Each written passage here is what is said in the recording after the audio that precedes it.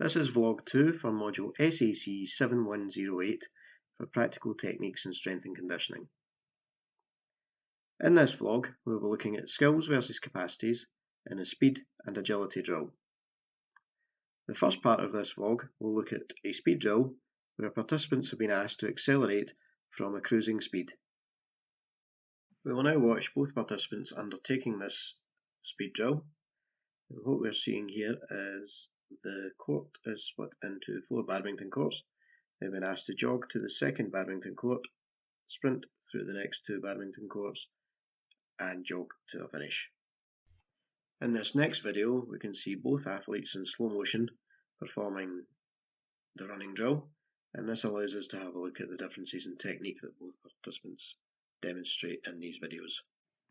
So the first participant we're going to look at, I believe, demonstrates some issues with capacity in these drills. Slowed the video down here, and in this first part we'll have a look at things that are done well. So here we can see maintains dorsiflexion, lands with his foot under his centre of mass, which allows him to maintain his acceleration, and demonstrates a reasonable arm drive throughout the drill. Again, in this video we will now look at things that we may want to work on. So the first point would be an increased thoracic kyphosis during acceleration phase and a lack of access to hip extension during the accelerating phase. So the still image here shows the spine being in a curved position, and the second still demonstrates the hip not being in an extended position. This is highlighted again by comparison between our 2 participants, where we can see the second participant in the orange top is accessing hip extension, whereas our first participant in the blue top is not. To assess this, we ask participant to first of all undertake a couple of tests. The first one being a Thomas test, looking at soft tissue or articular restrictions at the hip and leg. So you can see from the first part there, the hip joint appears to be in a neutral position. However, the knee is not achieving 90 degrees, which would suggest some soft tissue tightness in the quadriceps in the right leg. We repeat this in the left leg, a similar picture, where when we put the angles in, we can see the hip joint rests in a neutral position, and again not achieving any extension. However, the main restriction appears to be in the quadriceps limiting knee flexion, which would suggest some rectus femoris tightness. Moving on from these passive tests, we can then look at more active tests to see if we can see similar findings. And we're using an active lunge test to see if we can achieve hip extension in an active position. And what we can see here is, from first glance, it would appear that there is hip extension. However, this appears to be achieved by increasing the lumbar lordosis rather than actively extending the hip. We'll then repeat this test on the opposite leg, and what we can see here is, again, comes in, and at first glance it would appear that the hip is going into an extended position. However, on further analysis, what we notice is an anterior pelvic tilt and a thigh to pelvic position that would suggest the hip joint is still in a neutral position, and similar to the last picture, an increased lumbar lordosis. This would suggest an active and passive inability to access hip extension. So to address these potential soft tissue issues, first of all, we'd consider using an active exercise such as real foot elevated split squat, which would use eccentric muscle action to strengthen and lengthen the quadricep muscles, and also soft tissue techniques such as self-myofascial release utilising a foam roller, or some more passive stretching techniques which would hopefully improve the capacity of the muscles to allow hip extension in the running drills. We will now take into consideration a second participant who I believe demonstrates some skill issues. The white lines that the participant passes here are the point where the acceleration phase of the drill should begin.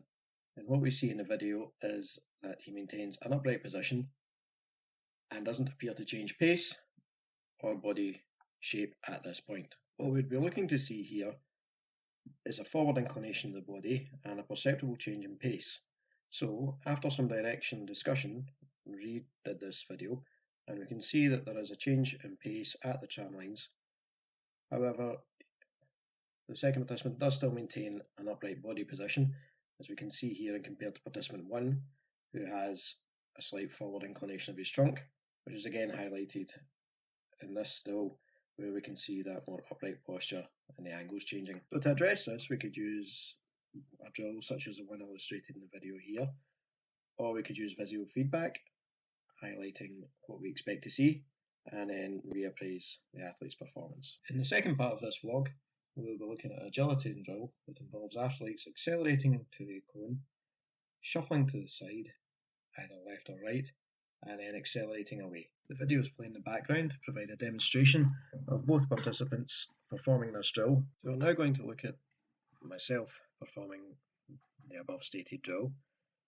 First of all, we'll look at a video of this being performed to the right of the turn, paying attention to the cutting movement here, and we'll then watch the same video in slow motion of cutting to the left. The area we're going to focus on is the cut from the left into the sprint, and what we want to look at is the position of the left leg and left foot during this movement. What we have here is cutting position from both sides, and on the right hand side we can see the leg is in a relatively straight position. This will allow transfer of force through the right foot from its medial border to then allow a smooth change in direction. You can also pay attention to the weight being on the medial border of the foot, which allows transition and change in movement. Comparing this to the left hand side, where we can see a flexed knee and a less straight angle to the left leg, this will reduce the ability to transmit force and prevent a smooth transition from a lateral shuffle into the turn and accelerate. Also note in the left foot the weight is across the whole of the foot towards the lateral edge, preventing transfer of force. It was felt that these issues with cutting could be related to a previous ankle fracture on the left hand side, and the stills we can see here demonstrate reduced dorsiflexion at the left ankle. As you can see, the knee going past the toe and the previous angles. We also had a look at the capacity of the legs to produce force, and the next two videos demonstrate a hopping test of 30 seconds, looking at both quality and quantity of lateral hops from the right leg and the left leg. You can see here the right leg is producing a relatively consistent stiff-legged hop from side to side, and when we compare that to the left leg, we'll see that the left leg is a lot less fluent in its ability to produce this movement, and the quality of the movement is a lot reduced compared to the right, and not always achieving the required distance between the tape. This demonstrates a lack of force production and ability to transfer force through the left leg, which combined with reduced ankle dorsiflexion may be a reason for the inability to cut as well on the left leg as the right leg due to a lack of force production. So we can see here that the right leg was able to produce 48 repetitions in the 30 seconds, and compared to the left leg, which managed to produce 36, which is consistent with the videos that we just saw. These issues with the left ankle can be addressed using the bands for soft tissue and articular mobilizations, and the foam roller for soft tissue work. This can also be addressed by ongoing hopping drills to improve tissue capacity. The second participant in the agility drill, I believe, has a skill issue, and the phase we're looking at here is the deceleration aspect of the movement. What we're looking at in this video is the participant decelerating to the cone to then go into a lateral shuffle. This participant has transitioned from doing Gaelic football to long distance running and has not practiced these sort of drills for some time. What we can see here is his right foot is planted very close to the cone and suggests he is not decelerated in time to move into it. Taking the video back a few steps, we can see as he comes in, he has got his shins into a vertical position, suggests. I believe that this issue could be remedied by ongoing practice of deceleration drills, as the participant has an awareness of the skill and how to perform it, however has just been out of practice for some time, and no capacity deficits could be found on testing. In summary, we have looked at a speed drill where we had a participant with a lack of capacity due to a hip restriction, and one with a lack of skill due to unfamiliarity with the style of running and task. Then looked at an agility drill where one participant showed a lack of capacity due to restriction in ankle mobility and reduced muscle function, and a second with a lack of skill due to retraining in a deceleration task.